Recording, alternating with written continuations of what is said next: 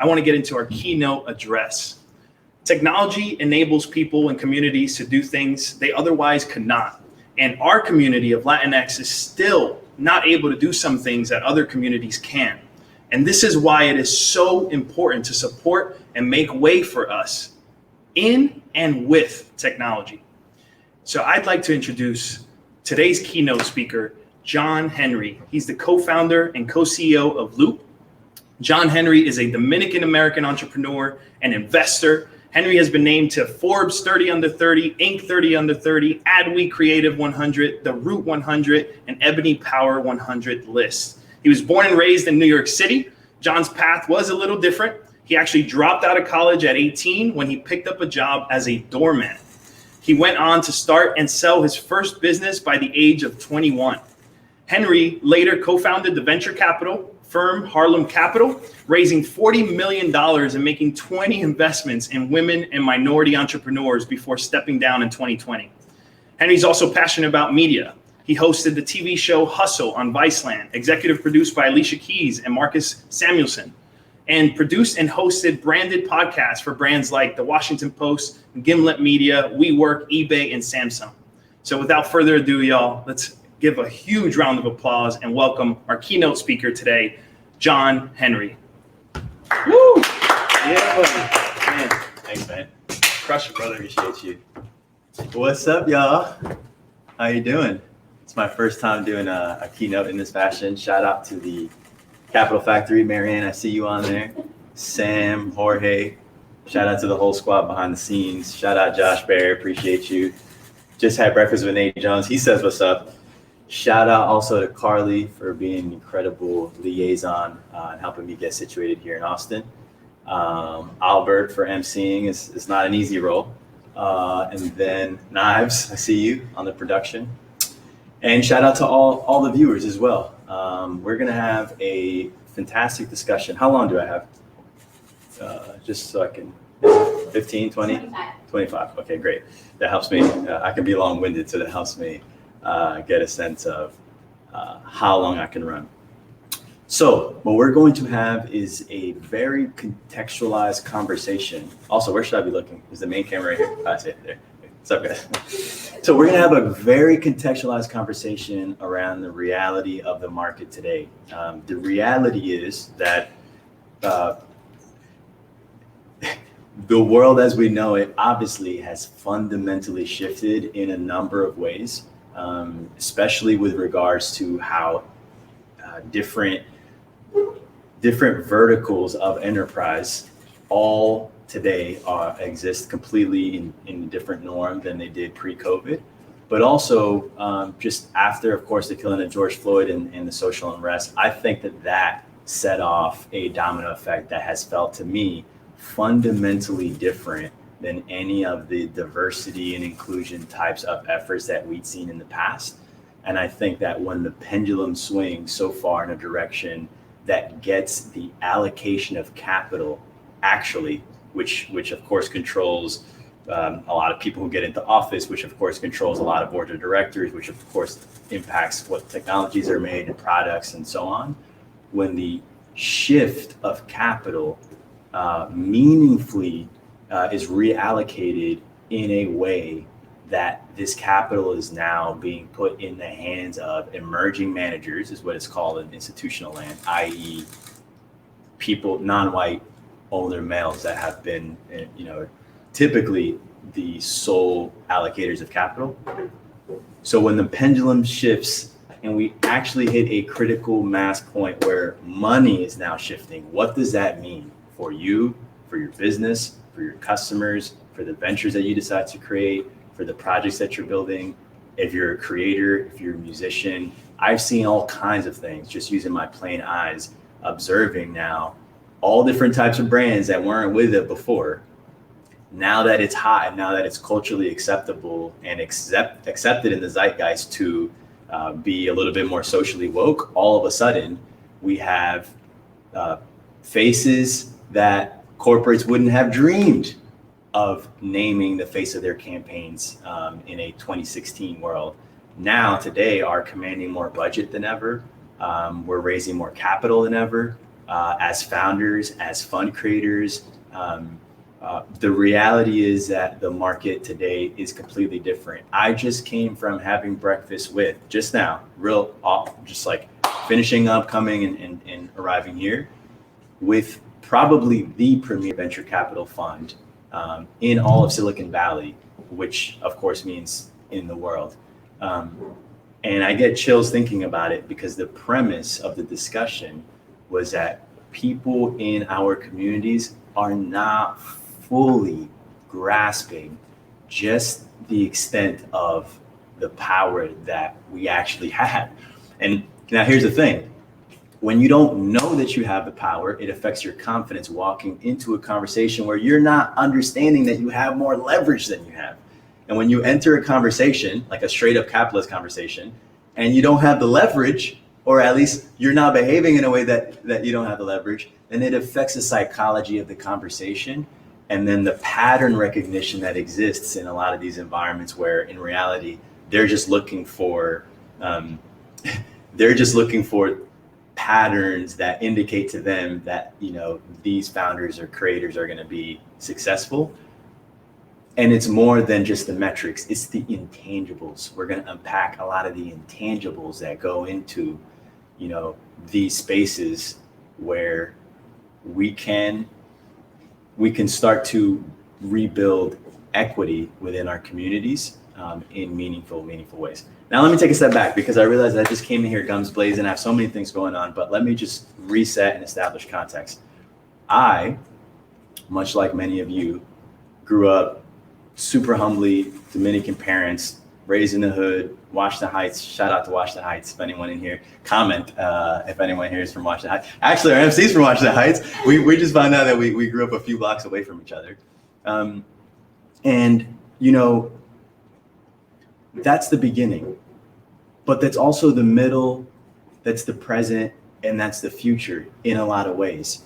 A lot of what I've been fortunate to be a part of in terms of creating ventures and I express who I am in this world as an entrepreneur. I fucking love entrepreneurs. We're just like corporate rebels.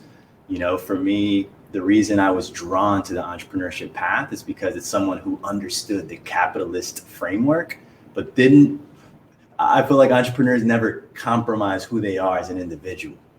And I loved this idea of blending these two worlds, learning how to slip and slide through the through the matrix and navigate this corporate landscape while preserving the most individual form of who you are. And I learned early never to compromise who I is, pull up into every space like exactly how I am. And some of the things that I was ashamed of growing up, like for example, my parents never had careers, they had jobs. My mom used to sell super soakers in the park in New York City summers. And my pops was a presser, a dry cleaner, and drove gypsy cabs and stuff like that. That today is the reason why I can speak to you face to face and you can feel that what I'm saying is true and I can resonate as a result of where it is that I come from. And so there's so many experiences that we go through as a community that when we step into this corporate world that historically has only made room for a very homogenous crowd. I've felt like in the last decade, especially in the last decade, as we've stepped up into these spaces, we've been made to feel like we have to compromise a little bit of who we are in the way that we speak, in the way that we dress, in the way that we show up to fit into this corporate environment. But I think that what I've learned is when you can lean into all that you've been through or come from, then you end up being in a uniquely well-equipped position to create music, art, projects, companies that speak to our community. By the way, a large percentage of the things that we consume as a community are made from people that don't come from our community.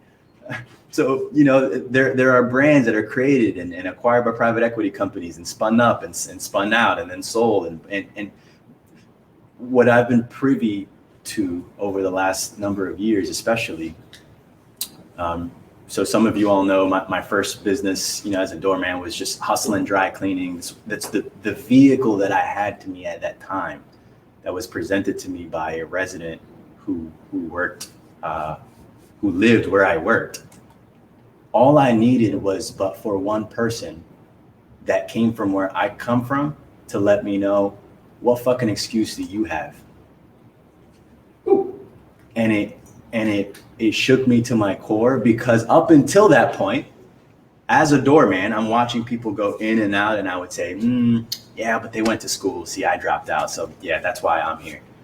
Yeah, but you come from X zip code. Yeah, but you had your own room growing up. I never had my own room growing up. So I would literally play these weird psychological games with myself as to why I could justify at face value why I couldn't be on the other side. Now, I'm saying that, I know a lot of y'all resonate. This is cultural, some of the cultural and psychological debt that we've accrued, because what we're having to do, undo, is generations of trauma that's been passed down and a certain type of thinking that's been passed down. And now you have to calibrate that against the reality that we're in. We're in a reality today where media has been democratized, investing has been democratized, art has been democratized, currencies have been everything's democratized. So now what we have is a lopsided equation whereby we have access to just about anything. And so it really becomes a psychological stepping into the psychology that enables you to lean into that which you come from and makes you. And that for me happened with, his name was Hugo. When Hugo shook me and was like, yo, what excuse you have? That started my journey.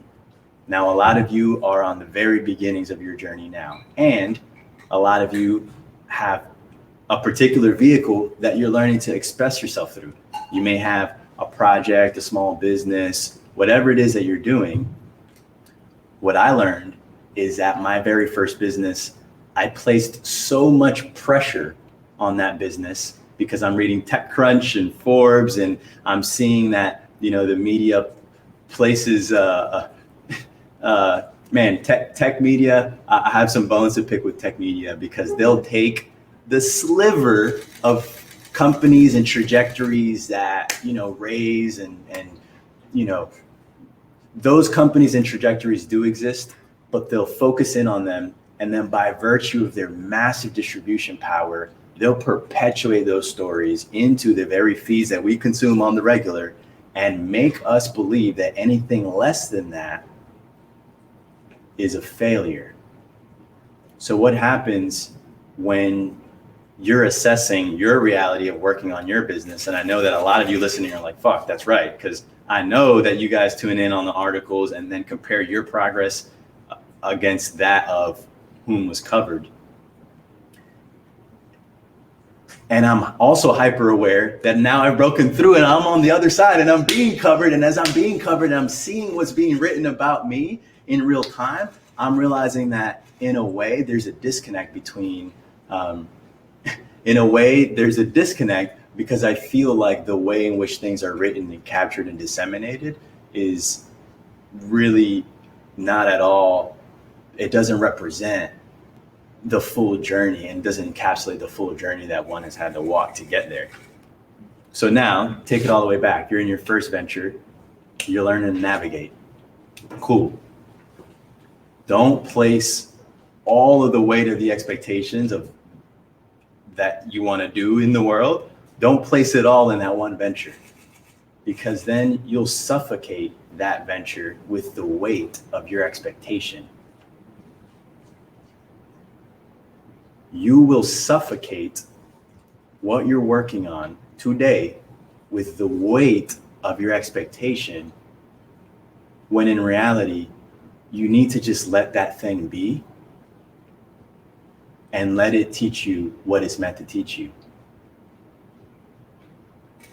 So to put some concrete context on that, my first venture, I learned, was purely meant to get me to develop my confidence in myself and to be able to knock on your fucking door and say, hey, how you doing? My name is John. Boom, door slam. Next one, next one, next one.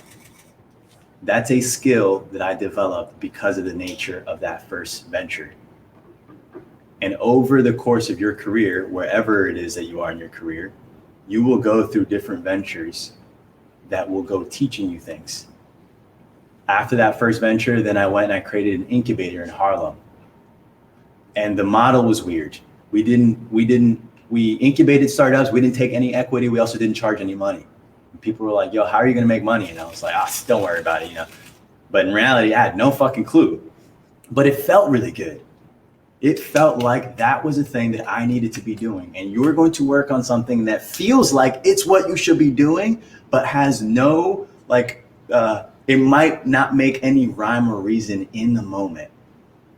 And the pressure will exist for you to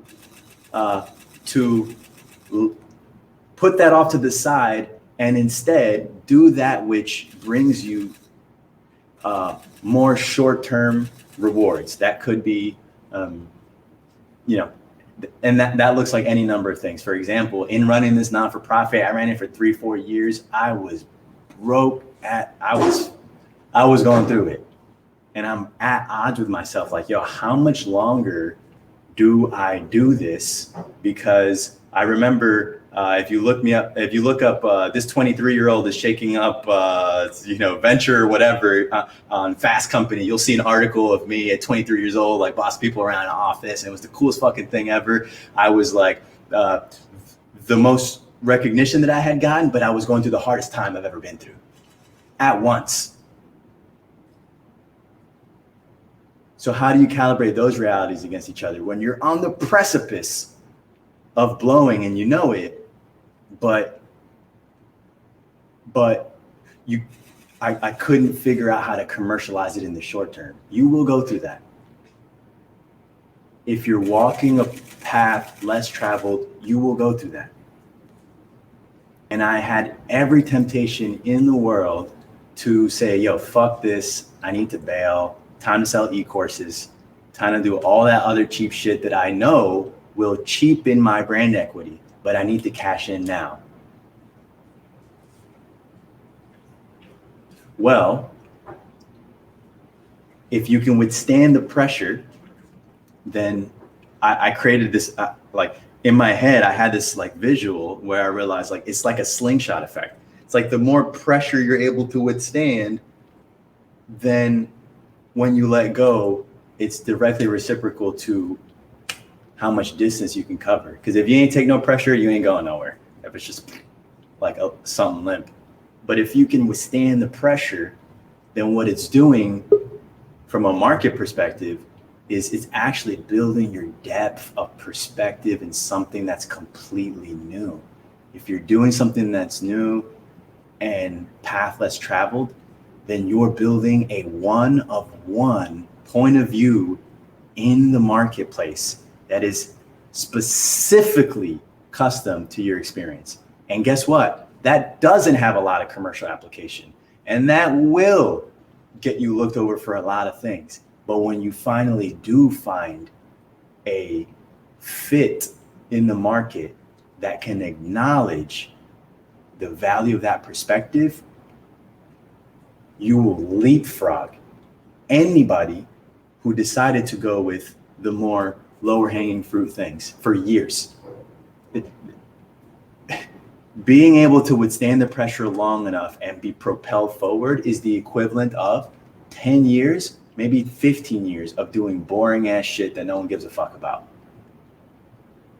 Those 3 years of building brand in this peculiar project where no one charged any money or made any, or just it was just a peculiar thing, built my depth of perspective that then presented me with the opportunity to go and cash in tangibly in a number of ways. For example, being asked to go host podcasts for Gimlet Media and WeWork and Samuelsson. And at the time I was like, well, why would you choose me? Because I'm 23 years old and I don't have that experience. And said, well, you've done interesting shit. Interesting. And I begun to step ever so slightly a little bit more into the power that my viewpoint can have, the commercialization opportunities, and the distinctness of the viewpoint. Interesting. Then later on, that experience at Co-Found Harlem laid the foundation for us to go and start Harlem Capital, which was massively commercially successful. We set out as I believe we're probably the only handful of kids in the country under 30, all Black, and in my case, college dropout, that raise an institutionally backed fund. And oh, by the way, we're investing in the riskiest asset class that exists and in the riskiest sub-asset class that exists, which is seed. And we're investing in women and minorities, which are historically the most unproven founders at a time when like diversity and inclusion was just not a fucking thing. So I've asked myself many times, well, how does that happen? How does that happen? And you begin to realize that it starts with what we touched on earliest with what I opened with. It's that our experiences that we come from, that's what can't be replicated. That's what can't be bought. It can't be synthetically replicated in any way. It's who we are. And when we step into these corporate environments, we've been taught to compromise that and dilute it in such a way so that we can exist in harmony. But I've found, and I can say this, I've stood face to face with perhaps some of the world's wealthiest self-made people, shook their hands, and then gotten them to write me a multi-million-dollar check for our fund. And there was a moment when that handshake was made where I felt like a transfer of power. And by the way, millionaires are skeptical people.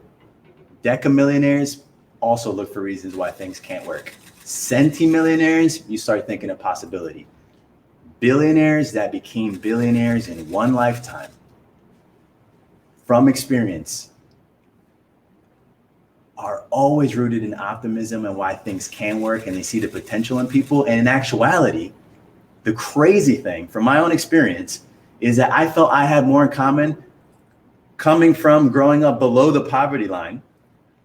I had more in common with a billionaire than I did with anybody in between. Really, in terms of the optimism that's required to come from where we come from to get to where we are is the same optimism that takes you all the way. And when we shook hands on that first deal, it was a transfer of power. And it was more than money. It was a psychology that is time. It's our time. And that, by the way, was before 2020. And I get chills thinking about it because it's even more true now. It's even more true. And, what do we go and do with that? What do you go and do with that? And that can be answered in myriad ways. It depends on where you are in your journey. It depends on where you are in your acumen. It depends on where you are with your experience and your connection. Who the fuck knows? Only you can answer for yourself. But I will say, the question persists. What do you go and do with that? This opportunity and this window will compound in influence, but it'll never be as accessible as it is now because we're on the ground floor of it. For me, the way that I chose to, as I mentioned, I'm just a fucking diehard entrepreneur, and that's how I express my activism to the world. But that doesn't have to be how you express your activism. But for me, in seeing, after the killing of George Floyd and seeing those civil unrests, I realized wow, these systems will not passively change ever. They will not passively change. They must be built, and even more onerous, they must be built by us, as inexperienced as we are today, as wet behind the ears. Like, it's our generation whom is uniquely well equipped to marry the worlds, the confluence of worlds that we exist in today. Digitally native, culturally relevant, experienced enough.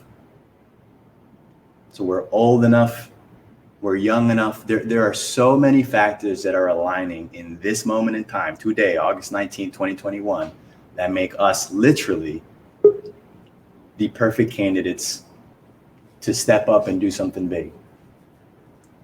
And as I said earlier, it's the gradual evolution of all that which you'll go through that will make you uniquely well equipped to go out and do exactly what you're going to do next. Maria, for example, Salamanca, who I think will speak in a moment, is at Unshackled VC, that venture that uniquely well equipped to be in that specific seat and invest in founders that are coming from immigrant backgrounds. Who else would have been able to do that shit? Who? She had to walk a very specific path that blended institutional acumen and learning how to navigate those spaces, but also with being a Latina, and merge those two worlds to create the specific thing that she's working on now. And now she's in a seat where she can redistribute the flow of allocation of capital and put it in the hands of people that are bold enough to step up and go take it. That capital will not find you unless you're bold enough to step up and go take it. Tony, whom will also speak in a moment, is also creating something uniquely specific to our community. He's bold enough to go build it. Someone's bold enough to step up in the seat and distribute capital. So the question persists. Markets are completely different. You have macro pressure from the top down, with Netflix committing to bank $100 million in minority-owned banks. Cool. Well, whom are the minority-owned banks? The ones that have been set up.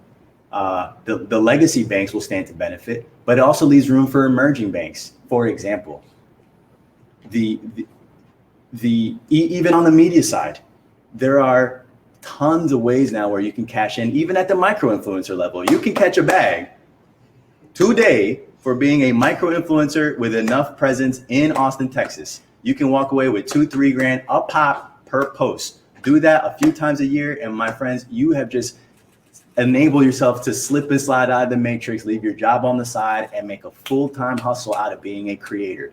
Cool. You see what I'm saying? There are so many different ends. There's so many different slivers in the spectrum of the value chain that you can slot into based on where you are today in your journey. I happen to be in a spot now where I believe I have a unique skill set in social storytelling, in the ability to raise capital at scale, and in the fucking chops to go build something difficult. And so what we're doing at Loop is completely vertically integrating and creating a financial services that I learned the other day. It hit me. My business is not selling insurance. My business is restoring trust and equity that our community has in financial services. That's how I'm choosing to step up into today's brand new world. And I think the weight of the question sits with me. How will you go out there and step up and take the power of the context that we've been raising, the cultural capital, and understand that we have the leverage, we have the pricing power, we have the consumer power, and we have the cultural capital to go out there and create brand new systems that nobody else can. That's my time. Thank you all. Cheers. I got it. Thank you. Wow. That's incredible.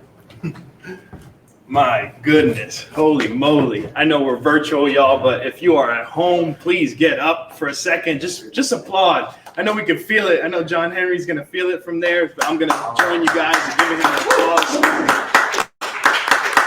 I am so proud to be standing up here after that, John. Not only do we share the fact that we grew up in Washington Heights, but we're both Dominican-Americans. And I'm so happy that you were able to come today and share your thoughts and wisdom with all of us.